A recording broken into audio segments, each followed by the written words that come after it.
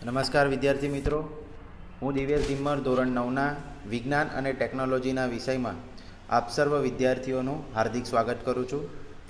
વિદ્યાર્થી મિત્રો, chapter number 6 પેશીની અંદર આપણે લાસ્ટ લેક્ચરની અંદર વનસ્પતિ પેશીઓ વિશે વાત કરી રહ્યા હતા, જેની અંદર આપણે સરળ સ્થાયી પેશીઓ, જલવાહક પેશી, અન્નવાહક પેશી એ જટિલ પેશીઓમાં આવતી હતી. સરળ સ્થાયી પેશીઓના પ્રકારો આપણે ભણી ગયા. ત્યારબાદ આપણે જટિલ સ્થાયી પેશીઓની પણ આપણે વાત કરી, જેની અંદર આપણે જલવાહક પેશી, અન્નવાહક પેશી વિશે માહિતી મેળવી. બંને ટૂંકનો ખૂબ જ આઈએમપી છે પરીક્ષાની દ્રષ્ટિએ. હવે વિદ્યાર્થી મિત્રો, આપણે પ્રાણી પેશીની વાત કરીશું. આ ચેપ્ટરનો બીજો પોર્શન, પહેલો પોર્શન વનસ્પતિ પેશી વિશે હતો અને બીજો પોર્શન પ્રાણી પેશી વિશે છે. તો પેશીય કોષો એટલે શું અને તેના આધારે પ્રાણી પેશીના પ્રકારો જણાવો. તો કે ભાઈ, શરીરના અંગોના હલનચલન માટે આપણી પાસે વિશેષ કોષો આવેલા છે, જેને પેશીય કોષો કહે છે. આપણા જે શરીરના અંગો છે, આ શરીરના અંગોને હલનચલન કરવા માટે આપણી પાસે વિશેષ કોષો આવેલા હોય છે. આ કોષોને આપણે કયા કોષો કહીએ છીએ? પેશીય કોષો કહીએ છીએ. આ કોષોના સંકોચન અને શિથિલનને પરિણામે અંગોને ગતિ પ્રાપ્ત થાય છે. પેશીય કોષો કોને કહેવાય? જે શરીરના અંગો છે એના હલનચલન માટે વિવિધ પ્રકારના કોષો આવેલા હોય. જેમ કે આપણા પગને, હાથને ચલાવવા માટે સ્નાયુ કોષો આવેલા હોય. આ કોષોને પેશીય કોષો કહેવામાં આવે. આ કોષોના સંકોચન અને શિથિલનને કારણે જ અંગોને ગતિ પ્રાપ્ત થાય છે. હવે પ્રાણી પેશીના પ્રકારો આપણે જોઈએ તો પ્રાણી પેશીના પ્રકારો આ મુજબ છે. પહેલું છે અધિચ્છદીય પેશી, ત્યારબાદ સંયોજક પેશી, ત્યારબાદ સ્નાયુ પેશી અને છેલ્લે ચેતાપેશી. વિદ્યાર્થી મિત્રો, પ્રાણી પેશીના 4 પ્રકાર છે: અધિચ્છદીય પેશી, સંયોજક પેશી, સ્નાયુ પેશી અને ચેતાપેશી. વિદ્યાર્થી મિત્રો, અધિચ્છદીય પેશી એ આપણી ત્વચા ઉપર આવેલી હોય, ચામડી ઉપર આવેલી હોય, એ પેશીને અધિચ્છદીય પેશી કહેવાય. સંયોજક પેશીની અંદર ઘણી બધી પેશીઓ આવેલી હોય, જે આપણા કાનના ભાગમાં, નાકના ભાગમાં, આ બધા અંગોમાં આવેલી હોય. સ્નાયુ પેશીની આપણે વાત કરીએ, જે આપણા હાડકાની અંદર જે પેશી આવેલી હોય તે સ્નાયુ પેશી. અને ચેતાપેશી આપણા શરીરની અંદર આવેલી હોય ને જેને કારણે જ આપણે આપણું મગજ અને આપણી જે કરોડરજ્જુનું આખું પરિવહન તંત્ર છે જે કાર્ય કરી શકે છે. તો શ્વાસની ક્રિયા દરમિયાન ઓક્સિજન ફેફસામાં જાય છે, તેમજ રુધિર દ્વારા શરીરના બધા જ કોષો સુધી પહોંચે છે.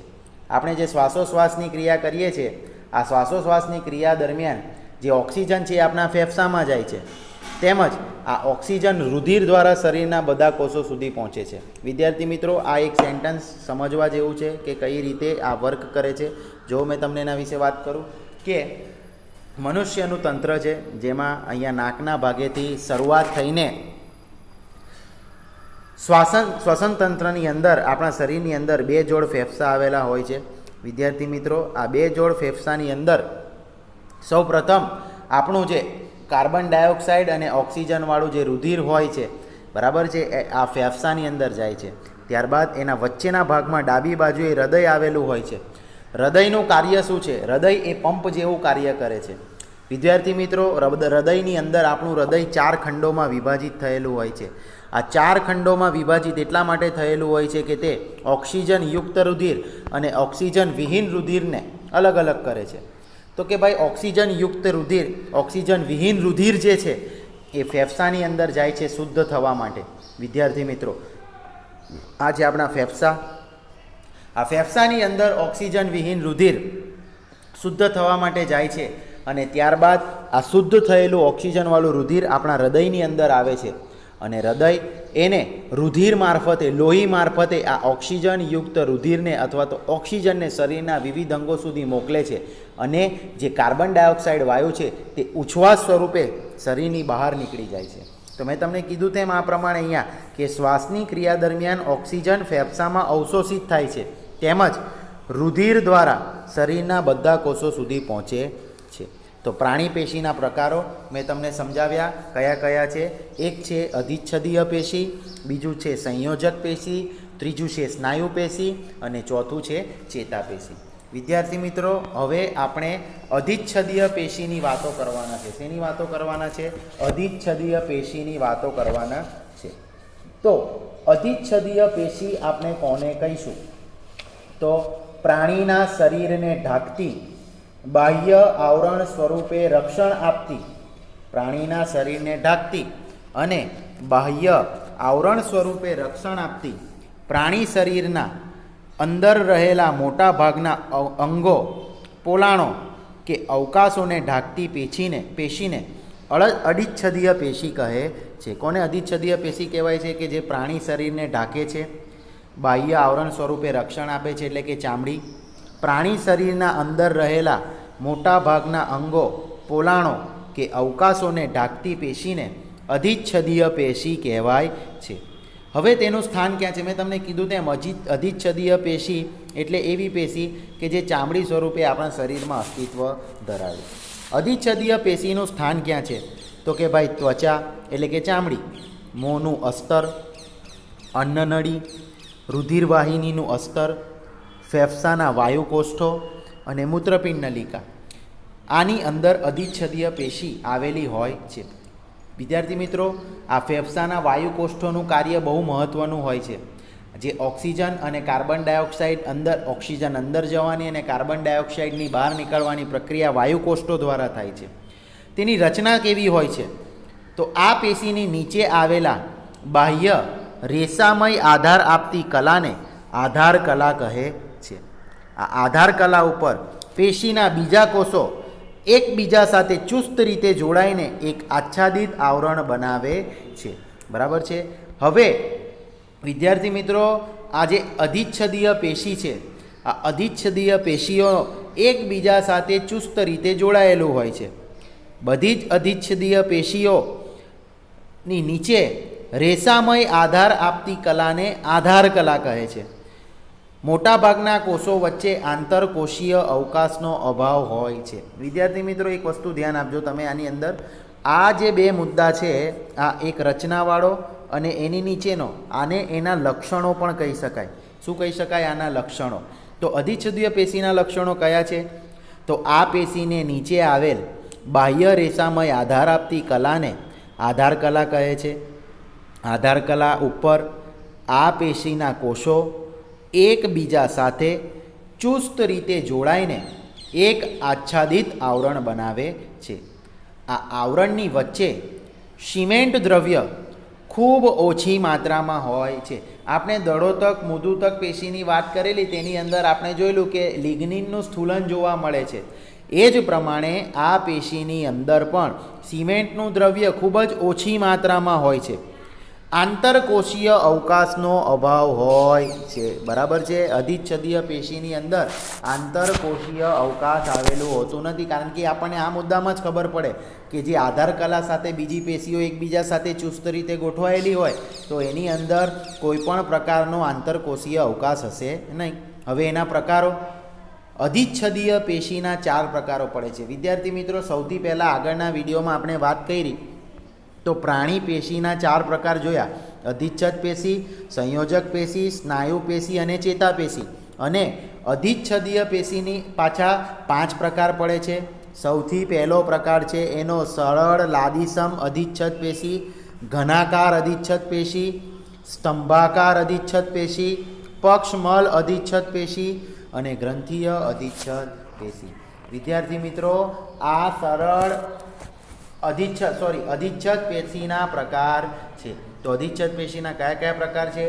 એક સરળ અધિસમ પેશી, બીજી ઘનાકાર અધિચ્છદ પેશી, સ્તંભીય અથવા તો સ્તંભાકાર અધિચ્છદ પેશી, એક પક્ષમલ અધિચ્છદ પેશી અને છેલ્લું છે ગ્રંથીય અધિચ્છદ પેશી.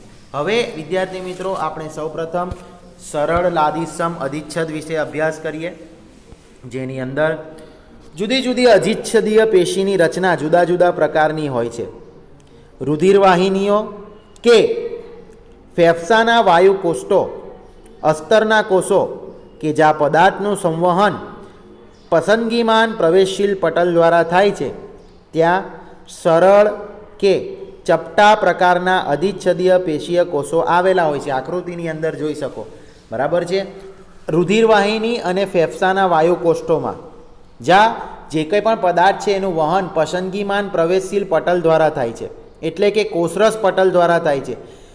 તો આ પ્રકારની પેશીની આ પ્રકારના વાયુકોષ્ઠો અથવા તો રુધિરવાહિનીઓની અંદર ચપટા પ્રકારની આકૃતિની અંદર તમે જોઈ શકો છો અધિચ્છદીય પેશીના કોષો આવેલા હોય છે. તેને સરળ લાદીસમ અધિચ્છદીય પેશી કહે છે.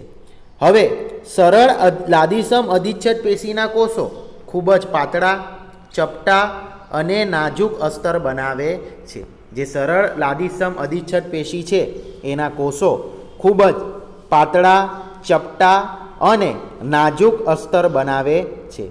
આ લાદીસમ અધિચ્છદ અન્નનળી અને મોઢાના અંદરના અસ્તરમાં પણ જોવા મળે છે. તો આપણા અન્નનળી અને મોઢાની અંદર કઈ પ્રકારની પેશીઓ આવેલી હોય છે?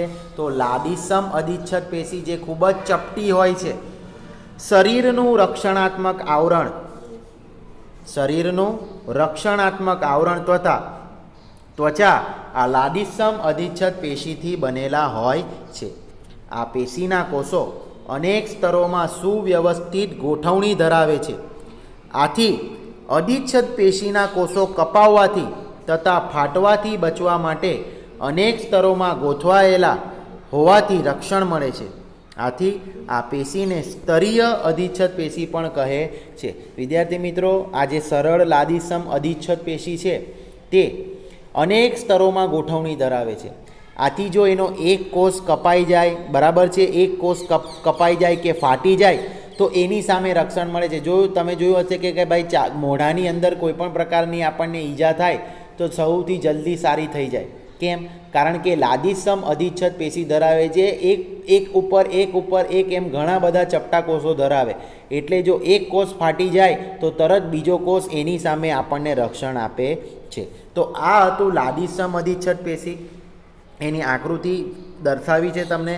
સ્ત્રુત લાદીસમ અધિચ્છદની પેશી તમે જોઈ શકો છો. હવે આપણે જોઈએ ઘનાકાર અધિચ્છદ પેશી. એની આકૃતિ પણ તમે જોઈ શકો છો. તો હવે સરળ લાદીસમ પેશી આપણે અન્નનળીમાં, મોઢાની અંદર અને ફેફસાના વાયુકોષ્ઠોમાં જોયેલી હતી. વિદ્યાર્થી મિત્રો, ઘનાકાર અધિચ્છદ પેશી મૂત્રપિંડ નલિકા તથા લાળ ગ્રંથિના નલિકાના અસ્તરમાં જોવા મળે છે. મૂત્રપિંડ નલિકા એટલે આપણા શરીરમાં ઉત્સર્જન કામ કરતું, જે નક્કામાં કચરાને બહાર ફેંકવા માટે જે વ્યવસ્થા આવેલી હોય છે, જે તમે ધોરણ 10ની અંદર વ્યવસ્થિત રીતે ભણશો તો આ મૂત્રપિંડ નલિકા અને લાળ ગ્રંથિના નલિકાના અસ્તરમાં જોવા મળે છે. આ પેશીના કોષો લંબાઈ, પહોળાઈ અને જાડાઈ, બરાબર છે, આ પેશીના કોષો લંબાઈ, પહોળાઈ અને જાડાઈમાં એક સમાન હોય છે. પેશીના કોષોની લંબાઈ, પહોળાઈ અને જાડાઈ સમાન હોય છે. આ પેશી મૂત્રપિંડ નલિકા અને લાળ ગ્રંથિને યાંત્રિક આધાર આપે છે. તો ઘનાકાર અધિચ્છદ પેશી ક્યાં જોવા મળે છે? મૂત્રપિંડ નલિકા તથા લાળ ગ્રંથિની નલિકાના અસ્તરમાં જોવા મળે છે, જેની લંબાઈ, પહોળાઈ અને જાડાઈ સમાન છે. અને તે યાંત્રિક આધાર આપે છે. કોને? મૂત્રપિંડ નલિકા અને લાળ ગ્રંથિને. હવે વિદ્યાર્થી મિત્રો, આપણે જોઈએ સ્તંભાકાર કે સ્તંભીય અધિચ્છદ પેશી. આકૃતિની અંદર તમે જોઈ શકો છો કે એની રચના સ્તંભ જેવી છે, એટલે એને સ્તંભાકાર અધિચ્છદ પેશી કહેવામાં આવે છે. એ ક્યાં જોવા મળે છે? તો આ પેશી આંતરડાના અંદરના સ્તરમાં, જ્યાં અભિશોષણ અને સ્ત્રાવ થતો હોય ત્યાં જોવા મળે છે. આ પેશીના આધારકલા ઉપર, આધારકલા એટલે કે આ વાળો જે પોર્શન છે એનો આધાર આપતો પોર્શન છે, બરાબર છે, આ આધારકલા ઉપર લાંબા અધિચ્છદીય કોષો આવેલા હોય છે. આ કોષો અધિચ્છદીય અવરોધને પસાર કરવા માટે મદદરૂપ થાય છે. તો વિદ્યાર્થી મિત્રો, સ્તંભાકાર અધિચ્છદ પેશીની અંદર તમને પૂછાય તો તમારે લખવાનું કે આંતરડાના અંદરના સ્તરમાં આવેલા હોય છે અને જ્યાં અભિશોષણ અને સ્ત્રાવ થતો હોય ત્યાં જોવા મળે છે. અને છેલ્લું છે પક્ષમલ અધિચ્છદ. તો આ પક્ષમલ અધિચ્છદ એ સ્તંભીય અધિચ્છદીય પેશીનું જ રૂપાંતર છે. જે શ્વાસ નળી છે, આ શ્વાસ નળીમાં સ્તંભાકાર અધિચ્છદ પેશીમાં પક્ષમો ધરાવે છે. આ અધિચ્છદીય પેશીના કોષોની બહારની સપાટી ઉપર વાળ જેવી રચના હોય છે, જેને આ વાળ જેવી જે રચના હોય છે જેને પક્ષમલ અધિચ્છદ પેશી કહેવામાં આવે છે. તે પક્ષમલ ગતિ કરી શકે છે તેમજ ગતિ શ્લેષ્મને આગળ સ્થળાંતર કરીને પ્રદેશને સ્વચ્છ કરવામાં મદદરૂપ થાય છે. આથી આવા પ્રકારની પેશીને પક્ષમલ અધિચ્છદ પેશી કહેવાય છે. વિદ્યાર્થી મિત્રો, પક્ષમલ અધિચ્છદ પેશી શું હોય તો એ જે આપણી જે સ્તંભાકાર અધિચ્છદ પેશી છે ને, આપણે ઉપર વાત કરી ગયા તે આ સ્તંભાકાર અધિચ્છદ પેશીના મુક્ત સપાટી ઉપર જે કોષની સપાટી હોય એના ઉપર વાળ જેવી રચના આવેલી હોય. બરાબર, આ વાળ જેવી રચનાઓ રૂપે પક્ષમાં આપેલા હોય. આ કામ શું કરે તો એ કોષોના એ ભાગને સ્વચ્છ કરવામાં મદદરૂપ કરે. એટલે જે પક્ષમલ અધિચ્છદ છે એ પક્ષમલ અધિચ્છદ સ્તંભીય અધિચ્છદનો જ એક ભાગ છે. બરાબર છે. તો પક્ષમલ અધિચ્છદ પેશીનું કાર્ય શું છે તો એ તમને ખબર પડી જવી જોઈએ કે તે કોષોના ભાગને સ્વચ્છ કરવામાં મદદરૂપ કરે છે. ઓકે, હવે આગળ જોઈએ આપણે ગ્રંથીય અધિચ્છદ પેશી. તો એની અંદર ઘનાકાર અધિચ્છદ પેશીની અંદર વધારાના વિશિષ્ટતા દર્શાવીને આ ગ્રંથિ કોષો તરીકે કાર્ય કરે છે. તો આ પક્ષમલ અધિચ્છદ જે પેશી હતી આ આવેલી હતી સ્તંભાકારની અંદર, અને આ ગ્રંથીય અધિચ્છદ એ ઘનાકાર અધિચ્છદ પેશીની અંદર આવેલી છે, જેની અંદર આ કોષો વધારાની વિશિષ્ટતા દર્શાવીને ગ્રંથિ કોષો તરીકે કાર્ય કરે છે. આ કોષો અધિચ્છદીય પેશીની સપાટી પર પદાર્થોનો સ્ત્રાવ કરી છે. કેટલીક વાર અધિચ્છદીય પેશીનો કેટલોક ભાગ અંદરની તરફ વળેલો હોય છે અને બહુકોષીય ગ્રંથિનું નિર્માણ કરે છે.